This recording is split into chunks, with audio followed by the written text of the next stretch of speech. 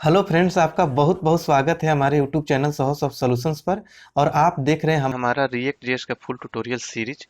दोस्तों, जैसा कि इस सीरीज के पिछले वीडियो में हमने ये देखा कि जेएसएक्स इन रिएक्ट जेएस मतलब जेएसएक्स का क्या कंसेप्ट होता है, क्यों यूज करते हैं, कैसे यूज करते हैं, सिंटेक्स क्या होता है, बहुत ही डिटेल्स में हमने देखा है इस सीरीज में। और आज जो वीडियो लेकर आए इसमें हम ये देखेंगे कंपोनेंट्स का क्या कंसेप्ट होता है, हम कंपोनेंट बेस्ड एप्लीकेशन क्यों बनाते हैं, क्या फायदे हैं, क्या बेनिफिट्स हैं, रिएक्ट जेएस में कंपोनेंट्स का यूज क्या है और कितने टाइप का होता है रिएक्ट जेएस में कंपोनेंट। इन सारी चीज़ों पर फोकस करेंगे इस वीडियो ट्यूटोरियल में। तो दोस्तों चलिए स्टार्ट करते हैं इस वीडियो ट्यूटोरियल को। और सबसे पहले हम ये बात करते हैं कि कंपोनेंट होता क्या है। देखिए, इससे पहले हम एक चीज़ पर फोकस करेंगे कि कंपोनेंट बेस्ड एप्लीकेशन हम क्यों बनाते हैं। देखिए, अगर मान लीजिए कि सपोज कीजिए कि ये हमारा होम पेज है। अच्छे से समझिए ये मैं क्या समझाने की कोशिश कर रहा हूँ। अगर ये कंसेप्ट समझ में आ जाता है तो आप समझ जाएंगे कि कंपोनेंट बेस्ड एप्लीकेशन बनाने से हमें क्या बेनिफिट होता है और क्यों लोग कंपोनेंट बेस्ड एप्लीकेशन बनाते हैं। जैसे सपोज कीजिए कि हमारा होम पेज है। हम होम पेज पर क्या होता है, हेडर होता है, फूटर होता है। इधर राइट में हो सकता है कि आपने कोई मेनू लगा रखा है, लेफ्ट में कोई पॉपअप लगा रखा है, आपने बीच में आपने कोई बॉडी लगा रखा है। ठीक है, उसमें बहुत सारी इन्फॉर्मेशन आपने शो किया है। ये सारे काम एक ही पेज पर आप काम कर सकते हैं।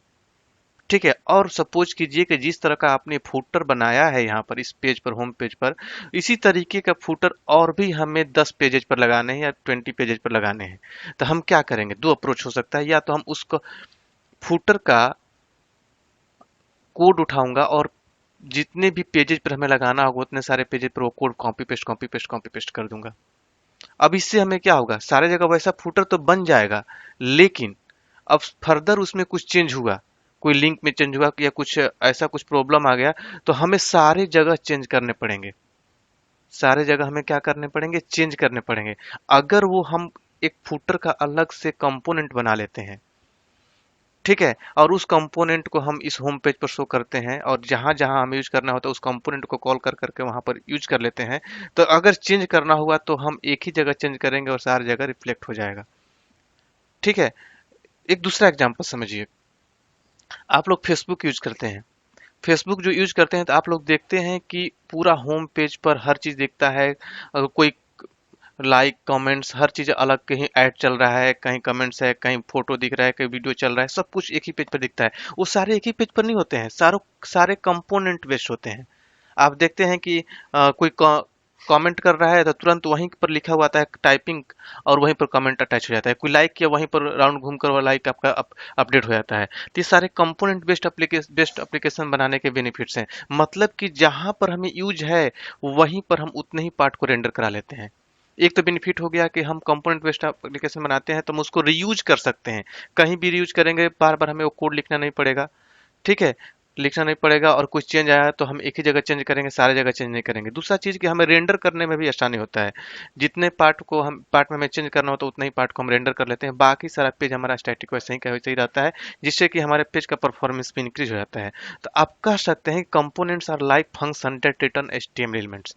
अगर जहां तक बात की जाए रिएक्ट जेएस में, तो कंपोनेंट एक फंक्शन की तरह होता है जो HTML एलिमेंट्स हमें रिटर्न करता है। Components are independent and reusable bits of code.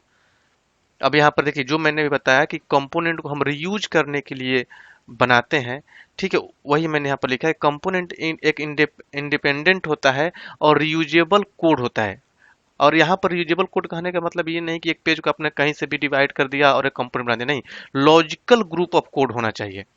मतलब फूटर का आपने किया तो फूटर में जितने कोड है उतना ही का मैं कंपोनेंट बनाऊंगा। हेडर के लिए अलग से कंपोनेंट बना दूंगा। राइट में हमने मेनू बाइंड किया है, उसके लिए अलग कंपोनेंट बना दूंगा। लेफ्ट में मैंने पॉपअप बाइंड किया, उसके लिए अलग कंपोनेंट बना दूंगा। बीच में बॉडी, उसके लिए अलग कंपोनेंट बना दूंगा। सबको एक ही पेज पर रेंडर करूंगा, हमारा होम पेज बन के रेडी हो जाएगा। मतलब कि लॉजिकल ग्रुप ऑफ कोड होना चाहिए। ठीक है, अब यहाँ पर हमने एक एक कंपोनेंट बना लिया। अब हमें इसको कहीं और भी यूज करना होगा तो उस कंपोनेंट को उठाऊंगा और वहां पर कॉल करके उसको यूज कर लूंगा। मतलब बार बार हमें कोड लिखने की जरूरत नहीं पड़ेगी। They serve the same purpose as JavaScript function that returns HTML via a render function. ये बिल्कुल उसी तरीके से काम करता है जिस तरीके से जावास्क्रिप्ट फंक्शन काम करता है, जो हमें एचटीएमएल रेंडर करने में हेल्प करता है। ठीक है, अब कैसे करता है इन सारी चीजों पर हम आगे फोकस करेंगे। हम प्रैक्टिकल करके भी देखने वाले हैं कि रिएक्ट जेएस में कंपोनेंट्स कैसे बनाते हैं, लेकिन उससे पहले हमें जानना जरूरी है ये कंपोनेंट्स होता क्या है, कितने टाइप्स का होता है। अब आपके माइंड में एक चीज तो पिक्चर बन गया होगा, पिक्चराइज हो गया होगा, कंपोनेंट बेस्ड एप्लीकेशन बनाते क्यों हैं और हमें क्या बेनिफिट होता है। देखिए जितने भी सिंगल पेज एप्लीकेशन होते हैं, चाहे एंगुलर में बने या फिर रिएक्ट जेएस में बने, सारे एप्लीकेशन कंपोनेंट बेस्ड बनाए जाते हैं। पहले अर्लियर में क्या होता था कि सिंगल पेज एप्लीकेशन बनाने के लिए एक ही पेज पर बहुत सारे थाउजेंड्स ऑफ कोड हम लिख देते थे, जिसे मैनेज करने में बहुत ही परेशानी होती थी। और उसी चीज को ओवरकम करने के लिए, ठीक करने के लिए कंपोनेंट बेस्ड एप्लीकेशन का कंसेप्ट आया। A component is a one of the core building blocks of React. बिल्कुल जो मैंने अभी बताया कि core building block of React होता है। In other word we can say that every application we will develop in React will be a made up of piece called components. मतलब कि जितने भी आप रिएक्ट में एप्लीकेशन बनाएंगे, वो किसी न किसी कंपोनेंट के बेस पर ही बनता है, कंपोनेंट बेस पर ही एप्लीकेशन आता है। Components make the task of building UI much easier. जो हमारा यूआई बनता है, यूजर इंटरफेस बनता है, इजियर कर देता है। और you can see a UI broken down into a multiple individual piece called components। मतलब कि एक यूआई को, जैसे मैंने बताया कि होम पेज को अलग अलग डिवाइड करके, फूटर के लिए अलग कंपोनेंट, हेडर के लिए अलग कंपोनेंट, मेन्यू के लिए अलग कंपोनेंट हम करते हैं, उस तरीके से एक यूआई को हम ब्रेक डाउन करके अलग अलग पीस ऑफ कोड बना देते हैं, जिसे हम कंपोनेंट बोलते हैं। And them independently and merge them all a parent component which will be your final UI. जैसे मैंने बताया कि सबका अलग अलग कंपोनेंट बना लेंगे और उसको एक ही कंपोनेंट पर हम रेंडर करा देंगे, जिसे हम पेरेंट कंपोनेंट बोलेंगे। ठीक है, वो आपका फाइनल यूआई बन के रेडी हो जाएगा, जैसे कि आपका होम पेज, मैंने बताया कि होम पेज बन के रेडी हो जाएगा। अब हम बात करते हैं कि पहले कैसे होता था। Earlier the developers right more than thousands of line of code for developing a single page application. मैंने बताया कि पहले जब कंपोनेंट बेस्ड एप्लीकेशन बनाने का कंसेप्ट नहीं था, तो डेवलपर क्या करते थे, thousands of line of code लिखते थे एक सिंगल पेज एप्लीकेशन डेवलप करने के लिए। These application follow the traditional DOM structure. ये जो एप्लीकेशन होते थे ट्रेडिशनल डोम स्ट्रक्चर को फॉलो करते थे। और डोम के बारे में आपको लोग को ऑलरेडी आइडिया हो ही चुका है कि डोम हम जिसे डॉक्यूमेंट ऑब्जेक्ट मॉडल बोलते हैं। D for document, O for object और एम फॉर मॉडल। ठीक है, कोई भी डोम हमारा, कोई भी वेब पेज, किसी भी टेक्नोलॉजी में बना हुआ वेब पेज हमारा रेंडर कर जाता है ब्राउजर पर, तो आफ्टर रेंडरिंग योर पेज जो HTML जनरेट होता है उसी को हम डोम बोलते हैं। डी फॉर डॉक्यूमेंट मतलब इंटायर HTML जो होता है आफ्टर रेंडरिंग और पेज, उसी को हम लोग डॉक्यूमेंट बोलते हैं। ओ फॉर ऑब्जेक्ट होता है उस HTML में जितने भी टैग होते हैं, table, TD, TR, head, body, title, वो सारे एलिमेंट को हम लोग बोलते हैं ऑब्जेक्ट। और मॉडल मतलब कि जो उनका स्ट्रक्चर होता है कि हेड के अंदर ही टाइटल आएगा, बॉडी के अंदर ही टेबल होगा, टेबल के अंदर TR होगा, TR के अंदर TD होगा, उन स्ट्रक्चर को हम मॉडल बोलते हैं। तीनों को मिलाकर हम बोलते हैं डॉम, डॉक्यूमेंट ऑब्जेक्ट मॉडल। तो ये जो पहले जो एप्लीकेशन बन रहे थे वो ट्रेडिशनल डॉम स्ट्रक्चर को फॉलो कर रहे थे। अब ये ट्रेडिशनल डोम स्ट्रक्चर क्या होता है इसके बारे में भी डिटेल्स में बात करेंगे। And making changes in A them was a very challenging task. अगर उसमें देखिए ट्रेडिशनल डोम स्ट्रक्चर कहने का मतलब कि अभी हम रिएक्ट में पढ़ेंगे कि ये वर्चुअल डोम स्ट्रक्चर फॉलो करता है। ठीक है, अब उसमें क्या होता था कि एक ही पेज का पूरा डोम बन गया, अब उसमें कुछ चेंज करेंगे तो बहुत चैलेंजेज हो गया। ठीक है, अब उसको ढूंढिए, जैसे मान लीजिए कि if any mistake found it manually searches the entire application and update accordingly. अगर कुछ भी मिस्टेक हो गया तो केवल एक ही पेज है, उसको आपको हर सारे जगह सर्च कर फिरिए और ढूंढिए कि कहाँ पर चेंज है। अगर कंपोनेंट बेस्ड एप्लीकेशन होता तो आप उस कंपोनेंट पर जाकर उसको ठीक कर सकते थे। ठीक है, the component based approach was introduced to overcome an issue. इस इश्यू को ओवरकम करने के लिए आया। In this approach the entire application is divided into a small logical group of code. जो मैंने थोड़ी देर पहले बताया कि लॉजिकल ग्रुप ऑफ कोड में हम उसको डिवाइड करते हैं, which is known as components. Components कुछ भी नहीं है, लॉजिकल ग्रुप ऑफ कोड होता है। ठीक है, a component is considered as the core building blocks of React application. जो मैंने भी बताया कि ये रिएक्ट एप्लीकेशन का कोर बिल्डिंग ब्लॉक्स है। In makes the task of building UI much easier, जो मैंने अभी थोड़ी देर पहले बताया। ठीक है, every React component have their own structure. जितने भी कंपोनेंट बनेंगे रिएक्ट में उनका अपना स्ट्रक्चर होगा। Methods as well as API, उनका अपना स्ट्रक्चर होगा, मेथड्स होंगे, उनका एपीआई हो सकता है। They can be reusable as per your need. आप उसको रीयूज कर सकते हैं, मतलब एक बार आपने कोड लिख लिया, अगर कहाँ जहाँ उसको यूज करना होगा वहां पर आप उसको यूज कर सकते हैं। For better understanding consider the entire UI as a tree. पूरे इंटायर यूआई को आप एज ए ट्रीट कंसिडर कर सकते हैं। Here the root is the starting component and each of the other piece becomes branches. ठीक है, which are the further divided into sub branches.